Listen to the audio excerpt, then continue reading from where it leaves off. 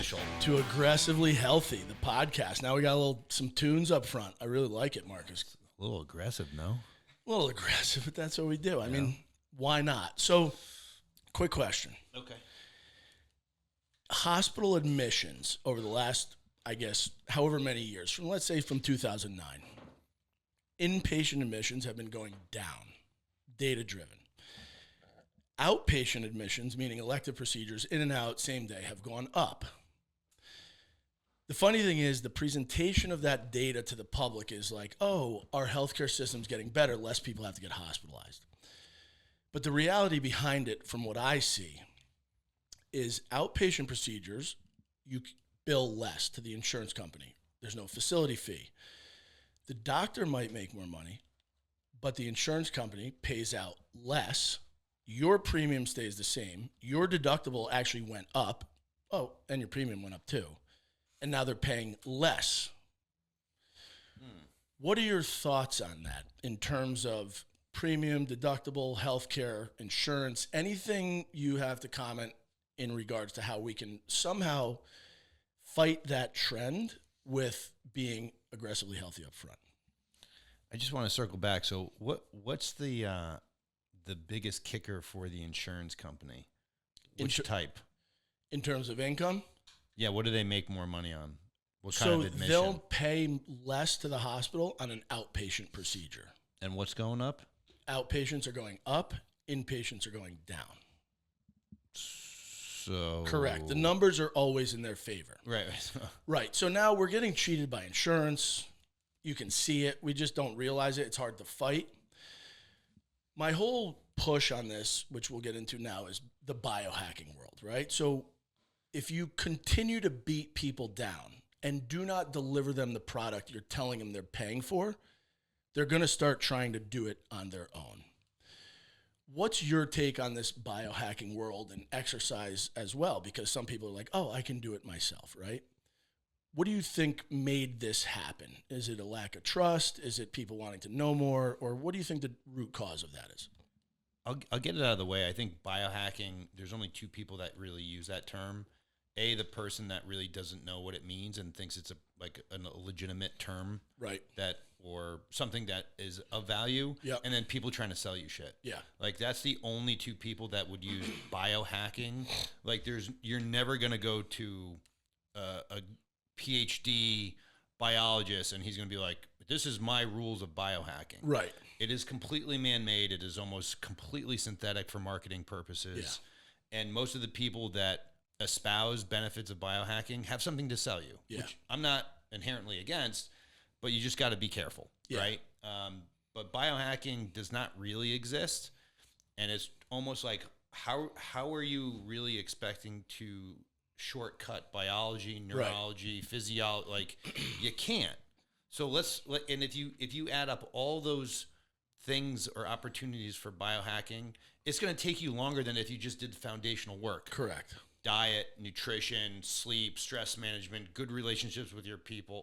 I mean, it just makes it, I really hate it because it becomes such a distraction for the uninformed consumer. Yes. That they spend so much time, money, energy trying these things that might have some benefit. Right. But clearly don't demonstrate anything legitimate for a long-term gain. Yeah. So, like get off my soapbox. Well, no, but it's a good point because in the exercise and health world, it's real. People have been so under-delivered, right? So they're paying for insurance, they're paying that premium, they're paying that deductible, and they're really getting nothing out of it. Proven by chronic illnesses on the rise, right? And outpatient visits going up. And the health of our communities, the health of our environment, you can see clear as day, is not going in the right direction, even in terms of food consumption. But the reason it all started, and I think this is the root, is if you don't deliver what somebody pays for, they're going to start trying to think they can do it on their own because you've under-delivered, right? If you can do something professionally and you are the professional in that area, for instance, when someone sits down across from me and is like, hey, I read this really new article on this stuff. It's called NAD. What they don't realize is they're sitting across from somebody that reads all day long about that, but not in a hacking sense. Yeah. I don't just read the abstract. I read the entire article. I sift through it, which is why I can tell you what's bullshit and what's not. Because the middle of the body is what matters. It's not that front or that end. But the insurance companies are selling you that front and end, and you get no middle. And your health is so depleted, and you are so out on your own that you think you can do it yourself, right? So there's a complete lack of trust that is driving the biohacking community. If someone came to your front door and said, here, I'm an electrician, I want to do the electricity in your house. And you said, oh, what type of electrical work do you do? And I'm like a hack job kind of guy. Yeah. Would you sign up with him or her if they tell you they're a hack job? I'm a duct tape WD-40 type of carpenter. Think about how twisted that is. That person sitting in a chair thinks that their ability to perform medical care on themselves is significantly better than the person they're sitting across from. That means you're not doing the right thing. As a kid, blindly, you trust your parents and adults, right? You need to actually promote stranger danger. Like, you got to tell your kids, hey, not everybody's friendly, which is a whole nother sad topic to talk about. But if you break that bond, your kid will start to try to figure out life on their own because you're not helping them. Right. And that's what we're doing to the medical world. Fitness world, what do you think? Well, I think it's the perfect storm of why biohacking became a thing in the first place. So it was a report that came out right after, in 2021, right after the pandemic, where people were really disenfranchised.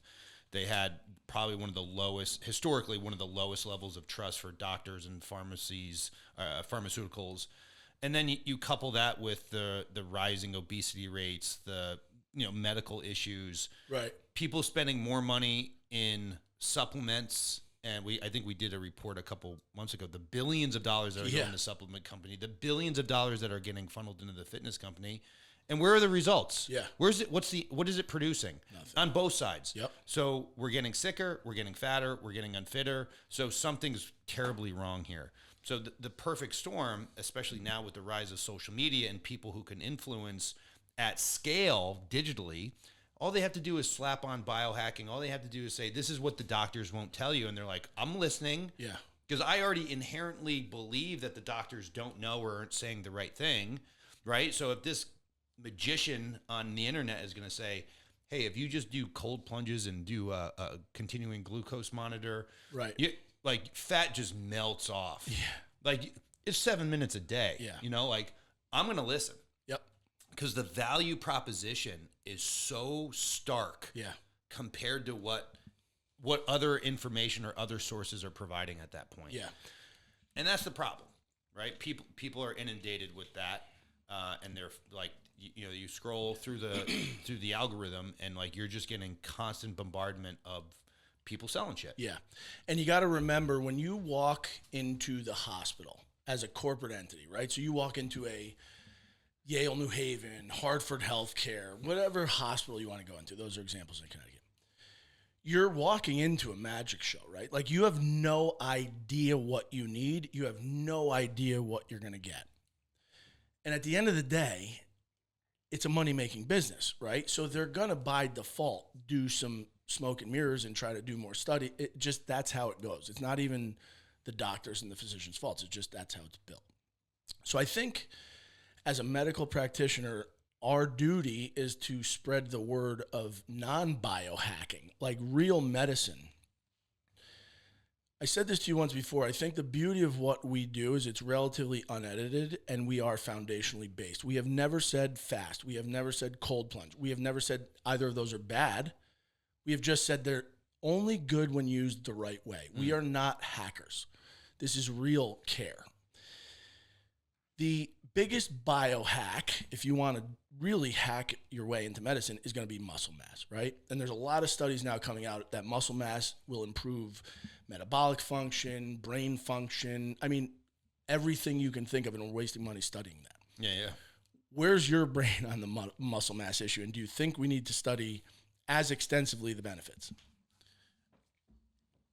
I think the benefits are obvious. Yep. And the more research that will come back to this conclusion that it may or may not be as close to the fountain of youth as we can get. Right. And preserve all the great benefits of maybe why you'd want to pursue health in the first place. I don't think you can hear that message enough. Yeah. So as long as the studies are being conducted properly and actually, showing some efficacy in the means at which they're studying, so that we can have better application. I'm all about just, let's go back to the well a million times on this thing. Yeah. There's so much that you can point to, especially from the medical side. If you look at someone who is tremendously under-muscled, right, and we learn really good through contrast. What happens when someone is terribly under-muscled for a long period of time? Yeah. A lot of bad things. Yeah. Dysfunction, disease, chronic illness, yeah. metabolic problems, cancers, Alzheimer's, like what isn't buffered out, and to some extent, with having a more robust musculoskeletal system. Yeah. And like, again, the way that we train and the way that we prefer to train doesn't mean everyone has to do that. Like, I like hypertrophy training, quasi bodybuilding style now. Yeah. That does not mean that's what other people have to do to get an appreciable amount of muscle mass on their body. Yeah. It is very much like, what do you actually need so that you can have the long-term benefits and have the life that you want? Because there is, without a doubt, a very strong correlation between longevity and functionality and purpose, and what you're doing in terms of building muscle. Yeah, and let me harp on that a little more in terms of that hypertrophy and the benefits. And we look at our organs, and we have to redefine muscle, because in the average person's brain, muscle is purely structural. Yeah. But it is an organ. We've mentioned this a million times on this podcast. It is a real functional organ.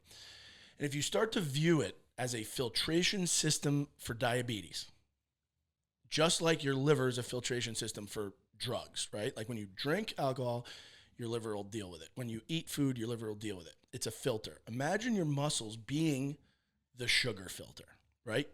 Your liver makes sugar when you don't have it. Your body craves it when you want it. There's really no off switch. Like, let's all be fucking honest. We're all humans. Like Mike said, we are real people too. We eat foods, right? And sometimes that gets uncontrollable and you just want more and more and more carbs. There's no off switch. But the beauty of having a lot of muscle on your body is the days where you lose it on the carbs, you got a giant filter called your muscles. And they eat up the carbs. And actually, the more you do that, the more they get used to those carbs, the more muscles they build. What type of training do you invoke for people to get that hypertrophy? Now, I'm going to warn everyone listening. It's going to be details, right? Because I really want you to understand, whoever's paying attention to this, that the way the programs are set up through the Ranfone training system, it is into a non-algorithmic, so that your life can continue to be fruitful with whatever you do. So if it's bike riding, if it's hiking, if it's lifting, bodybuilding style, whatever. But also using science to dictate that. Now, the medical end of it, we can talk about. I personally really like to know and dig into your brain on the exercise end of it. So what are your methods and ways of introducing people into that hypertrophy of muscle type mindset? Yeah, I mean, we definitely have a muscle-centric approach. Yep. So regardless of someone coming in here and their background, there's very rarely a time where it wouldn't make sense to say, let's get some dedicated work in to build your muscle. And now we do the diagnostics. We have a DEXA. We have an InBody. We have different ways of kind of looking at how their body can put on certain mass. Yep.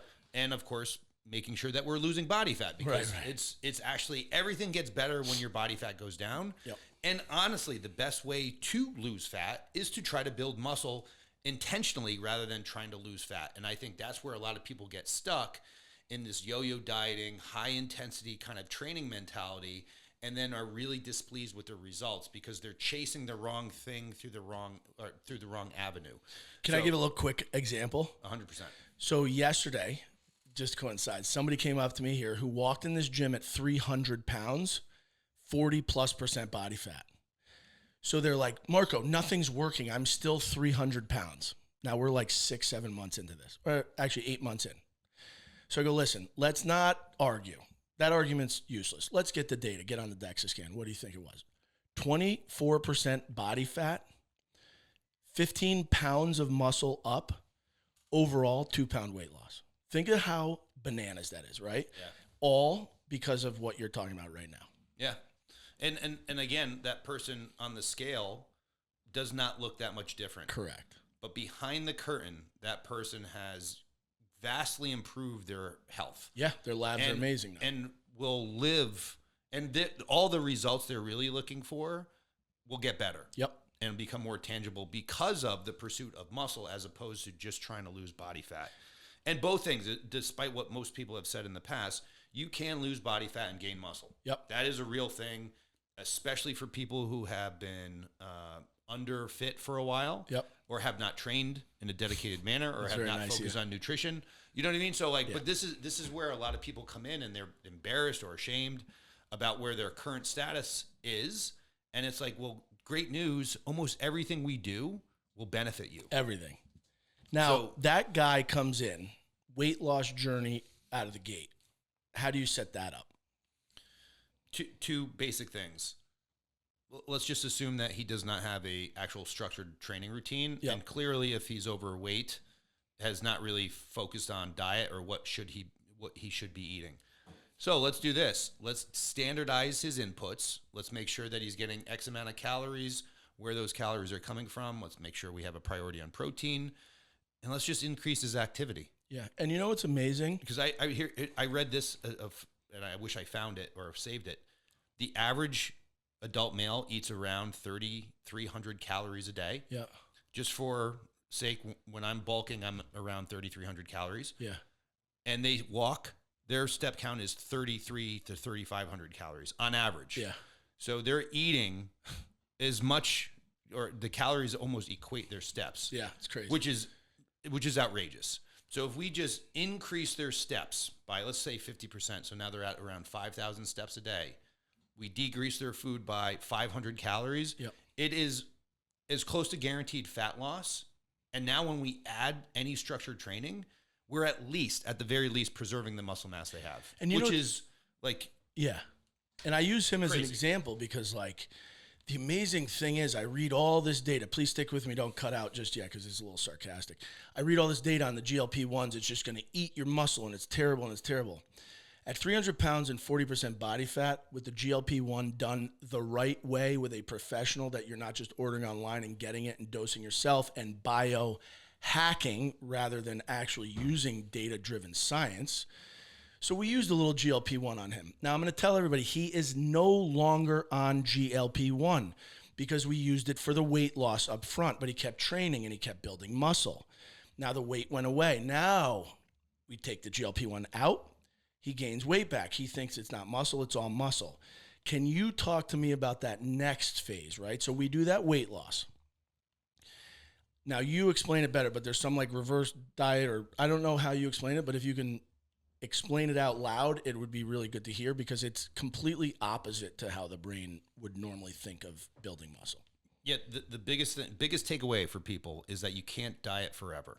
Yeah. Because the body keeps the score and will always try to downregulate its activity, its ability to output calories, whether or not you're eating 500. Like, right. It's just the wrong game to play on a long enough timeline. So what a better way is, especially if anyone's at home has been in a fat loss phase and in a plateau, the smartest, even though counterintuitive, is to bring calories back up. Yep. Because let's say you're still crushing 3 workouts a week. You still think you're getting your steps in, your body will still try to conserve energy. Yep. The whole evolution of the human is to conserve. Like, it's way better off conserving energy than expending energy. Right. That's why gaining weight's so easy. Yep. And losing fat's hard, and putting on muscle's even harder, because you're basically saying we're getting rid of this energy dense tissue to put on energy sucking tissue, which is muscle. And it's like, well, this makes no sense if we're in a food restricted environment. So when you're dieting, it starts to play the game of like, well, maybe we should sit more. Yeah. Maybe our brains don't work as well. It doesn't require as much glucose. Maybe everything starts to just creep down a little bit. So that's why introducing more food, especially via carbohydrates, so that you don't create any insulin resistance, is what we want to do in or around workouts, such that your workouts become more productive. Yep. Especially the workouts that are based on building muscle. Because if you can output more put more mechanical tension, put more high quality reps, more high quality volume, stack that across weeks, months, phases, your muscle will go up. Yep. Your resting metabolism will go up, your BMR, and all these other good things happen, and you will just continue to get leaner. Yeah. Now, weight might stay, like this gentleman might stay, but at some point when you reduce calories again, it will plummet. Yeah. And the majority of that tissue will be fat. Right. And then that's where we really have this long-term vision of toggling back and forth between a little calorie build, a little calorie reduction, back and forth. And because we're keeping tabs on how much food, how much activity, how much workout, how much all this other stuff is going on, we can be very precise with actually fine-tuning the approach for weeks, months, years. Yeah. And I think the way to look at it is like, imagine you're stuck in the desert and you got a gallon of water, right? At first, you're like, all right, I got a whole gallon. Like, I'll take like 10 big sips. That's at 40% body fat, and your muscle is you drinking the water. The water's being the fat.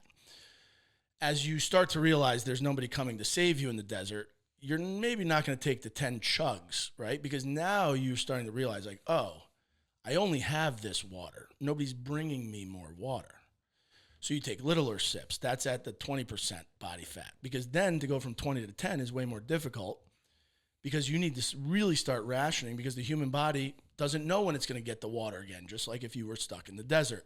So you would start sipping, right? So by the end, your body is not just like gorging itself on the fat represented by the water. You're starting to sip. So now you're taking way less out of that pool. But if all of a sudden, when that was happening, somebody came, hooked an IV up to you with as many gallons of water as you need, that water bottle, you could just chug and chuck it. And that insert of IV water is carbohydrates, because you're fueling the body to then realize, oh my God, I don't need to hang on to that extra gallon of water because I got a ton of juice in the back. I'll just drink that. And that theory, I think that we forget that our body is constantly trying to survive. It doesn't actually care what your brain thinks. You can consciously say to yourself, I'm not scared of lions. The minute a lion shows up in your house and roars in your face, you're going to shit your pants, have a panic attack, and probably lay down on the ground, right? You can't help that. Your body's just like, oh my God. Well, it's been hardwired for how many years? Forever. Hundreds of thousands of years. Which is also Survival. why the theory, the mainstream thing we want to get across today is like, don't try to biohack it. Yeah. Right? Sharks have been around for thousands of years. And what have they done that we refuse to do as humans? They adapted to their environment. They didn't try to change it. They adapted. We are constantly like, well, I don't like it cold, so I'm going to put heat in my house. It's like, guys, if you're going to live in Alaska, you're going to be cold. Yeah. If you're going to live in the Caribbean, you're going to be warm. If you want to be neutral, go in the middle. Why do we always try to hack? Right? Like, air conditioning is a hack. You could live somewhere where the air is plenty fresh and clean and you don't need air conditioning, but we can't do that. So we're always looking for that shortcut. And in gym world and medical world, I think it's kind of impossible really to do. I just don't see the long-term value in trying to do it. Long term. Now, randomly, this is totally off topic, but what are your thoughts, Marcus? You could weigh in. If you see a guy walking around with an Iron Man tattoo, but they're really, really out of shape. I thought you were referring to Ozzy Osbourne for a second. No, we'll get into him. Because I don't know when people are viewing this, but Ozzy Osbourne died the other day. Yeah. So, And with the most amount of medical care possible, he died at the average age. With all of that medical care and his drug past, he only made it to the average age. So he did like an average. Parkinson's? Yeah, but he lived an average lifespan. Yeah. I also, sorry, and if get mad at me for what you want, but like, he is a music idol, but he's not like a fucking hero. I mean, the guy snorted ants off the ground, did cocaine, banged women he didn't know. Like, come on, people. Like, why are we holding Ozzy Osbourne on a Yes, music. He's iconic to the... Love his music. He's iconic to heavy metal. No problem. Let's not call him some savior. Like, he didn't save anybody. He probably harmed a lot of people. But at the end of the day, rest in peace. So, what do you think about the Iron Man guy? He used to do an Iron Man, and now he's kind of past his prime. You know, I think this goes along with people who they privilege the past too much. Yeah. And it could be the guy who, you know, was the big man on campus, the high school quarterback, you know, quintessential, peaked in high school, and he still wears his varsity leather jacket to the bar, and he's 38. You know what I mean? Like, I think people are really infatuated with what they did rather than what they're doing. Yep. And to me, I'm horrified of being that person in front of my kids. Yeah. Like, I don't want to be like, well, when I you know, like that kind of shit really bothers me. Yep. Because it's still like, they don't see that. No. And you're setting an example every day by what you do. So if I just keep on, again, privileging the past and referencing it, they're still going to take a look at me and like, well, you're a fraud still. Yeah. Like, you're not doing anything now. You know, it was pretty cool. Remember when your son was like a little bit nervous about being home alone or whatever? I mentioned that out loud once, and Bronco goes to me like, why is he worried? His daddy's so big and strong, which is interesting. Like, he noticed it in someone else's home, like, don't have that fear. So kids notice all that stuff. So like 100%. If you're the guy that used to be the guy, but now you're just a bag of milk, like, your kids know that. Yeah. That's not a respectful thing if you're not trying, right? So like, if you're trying, that's different. And some people, their bodies, it's difficult, right? Like Ronnie Coleman or some of these people that really, really, Hulk Hogan, rest in peace too. Like, when you're 300 pounds flying off the top rope, stuff's going to hurt. Yeah. Like, we have to also associate that. So there's no magic pill to that either. But at the end of the day, I think you just want to live in the now and be a good example for whoever it is. The kid, like I said many times, I probably wouldn't be here if I didn't feel like I was going to almost let you down when we first started, right? There were days where I'm like, I'm not getting up, but it's like, well, if Mike's going, I have to go, because if I don't show him that I'm going, then he's wasting his time with me, and that's not right. So that accountability is a huge deal. And I think when you do hold yourself accountable to your kids or your clients, things change. And we lose focus on that a lot. Yeah, it kind of reminds me of when people feel like I'm being very restricted, you know, with like, I don't have choices. I can only eat these foods, and I can only work out, and it's like, if you reframe the restriction as a standard, it gives you more self-worth. Yeah. And I think it helps people reconcile what they're actually doing, because the self-imprisonment that they make up, because it's all this shit's made up. Yeah, yeah. But when they continue to think like, oh, well, I have to do this and I have to do this, but it's really like, you get to do this because this is who you are. Yep. Your identity is completely tied to what you do. Again, going back to saying, well, I used to be able to do pull-ups. I used to be fit. I used to, but now I casually drink so much that I'm obese. It's like, your kid doesn't care about that. Your spouse doesn't care about that. And the future you certainly doesn't care about what you did 30 years ago. Yeah. You know, so like, if you're not going to make a wholesale change in your identity by the actions that you take, I don't really, I guess I just don't align with that person. Yeah. And I would, this is one of the few times, I mean, this is definitely a plug for us. Like, I think this is one of our biggest qualities, that we are living this. Like, I have stresses of kids, and I have stresses of family, and I got stresses of providing and business and this, right? All these things are real. I end up in my cabinet with the door open and a jar of peanut butter looking at it a lot. Yeah. But what I do 90% of those times is really come to grips and realize, like, the bigger picture is better. So is that extra 5 scoops of peanut butter every day better? Maybe not. Is that extra donut better? Maybe not. Can you have one once in a while? No problem. Like, we're humans. Yeah. The other cool thing I think about just this podcast in general is this is unedited. Truly, you are seeing the raw us. We unfortunately don't really have a ton of time. We prep, we do everything, but we don't rehearse. This isn't pre-recorded. It is real. So if we screw up, we screw up. Yeah. If we don't, we don't. But I think the people need to see something real. Reality TV was like this beautiful concept until Jersey Shore got their hands on it, right? Like, oh, that's reality. Nah, well, it's a little bit fake because people are acting for the cameras. What you see is what you get.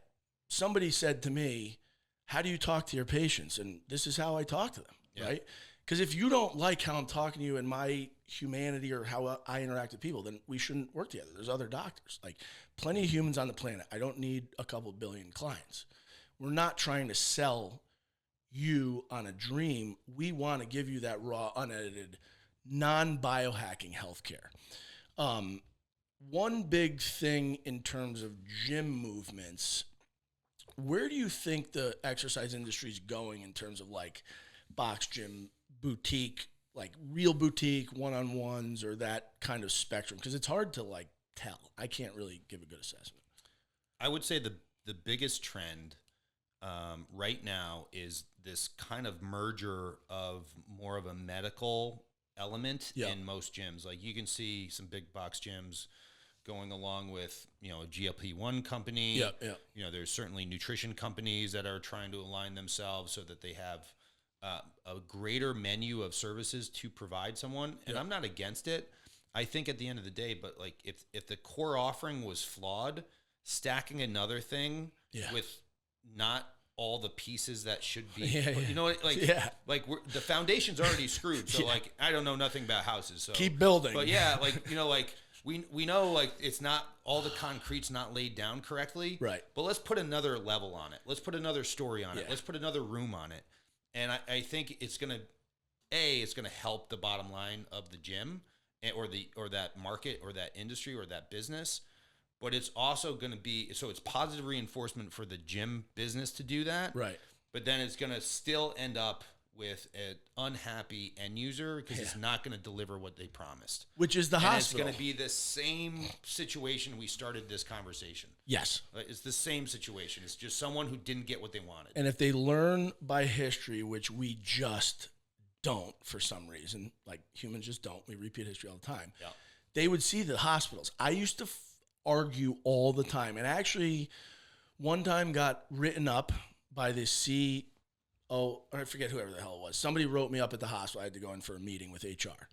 The reason being, they had a group of like 6 admins walking around the operating rooms, showing a random rep from a company that was going to buy us this big machine where the surgeon can look forward and the 3D goggles will show you the field low, right? So you don't have to hurt your neck while you're operating.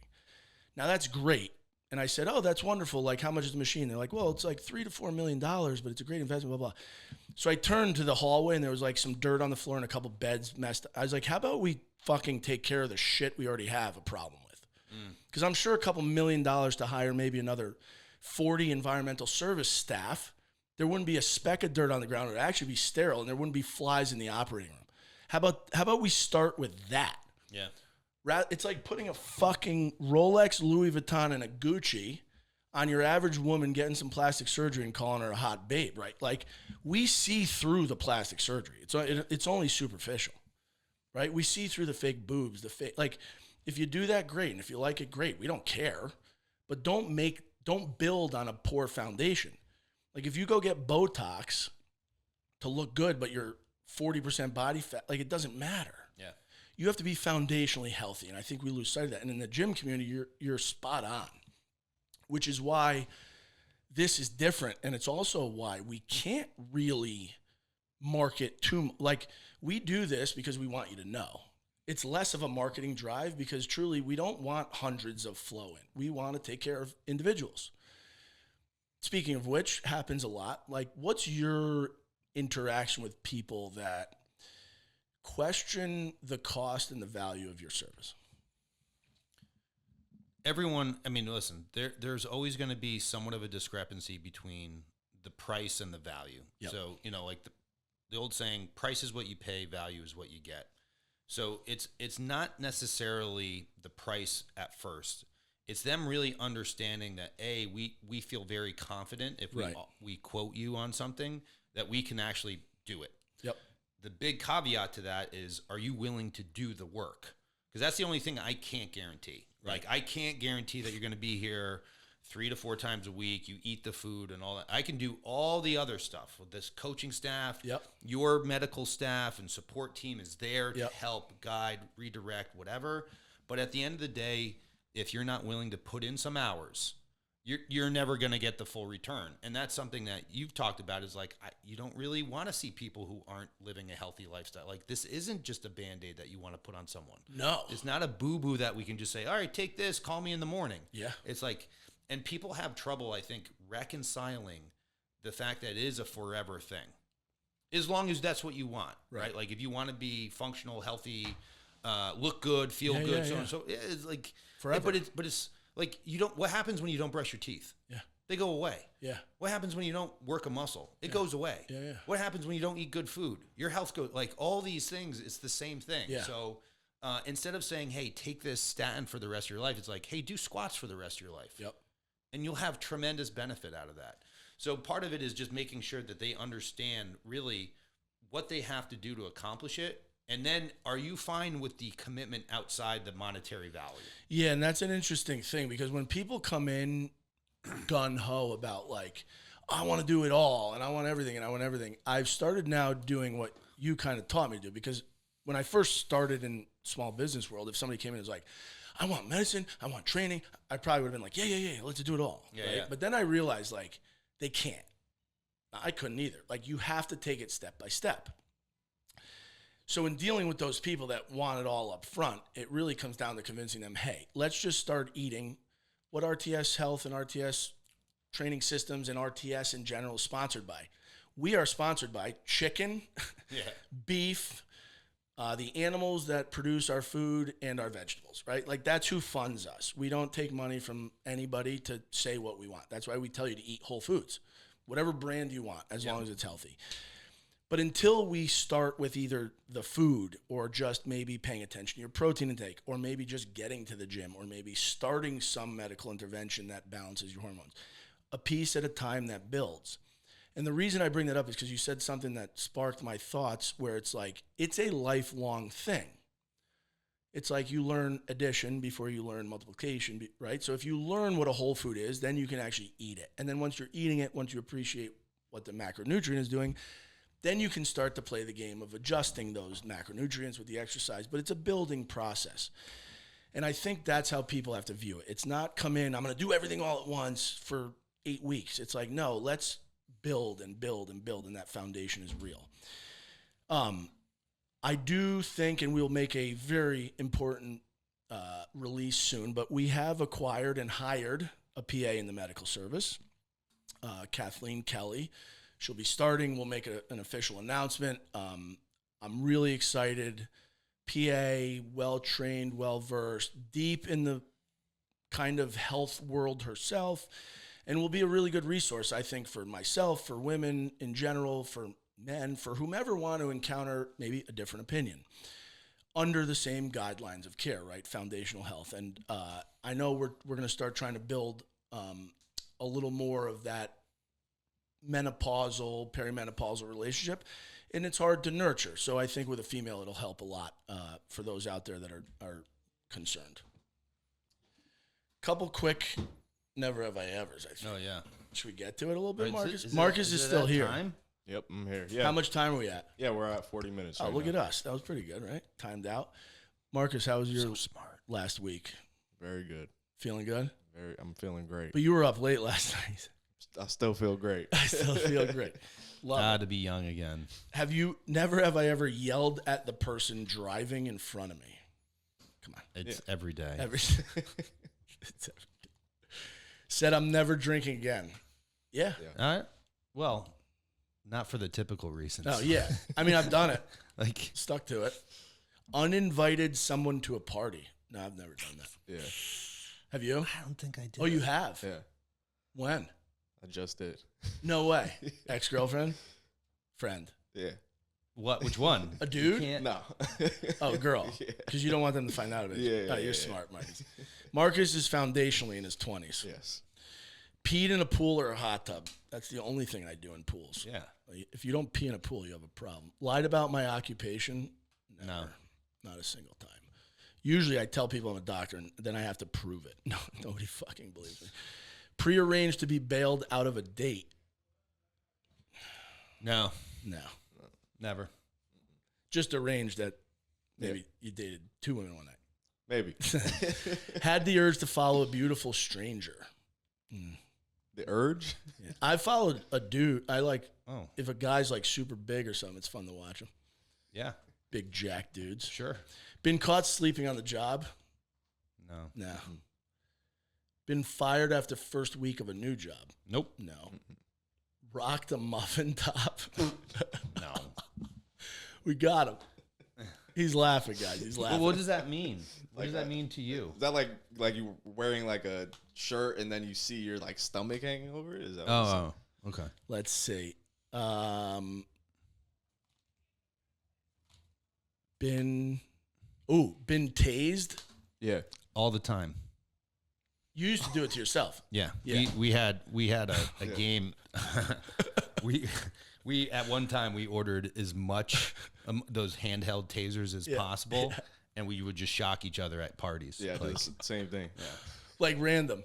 yeah. Not seeing it coming. Yeah, if you had to get through the keg line, like you would see like people be jumping and be like, yeah. But we wanted to see what we could Good. take.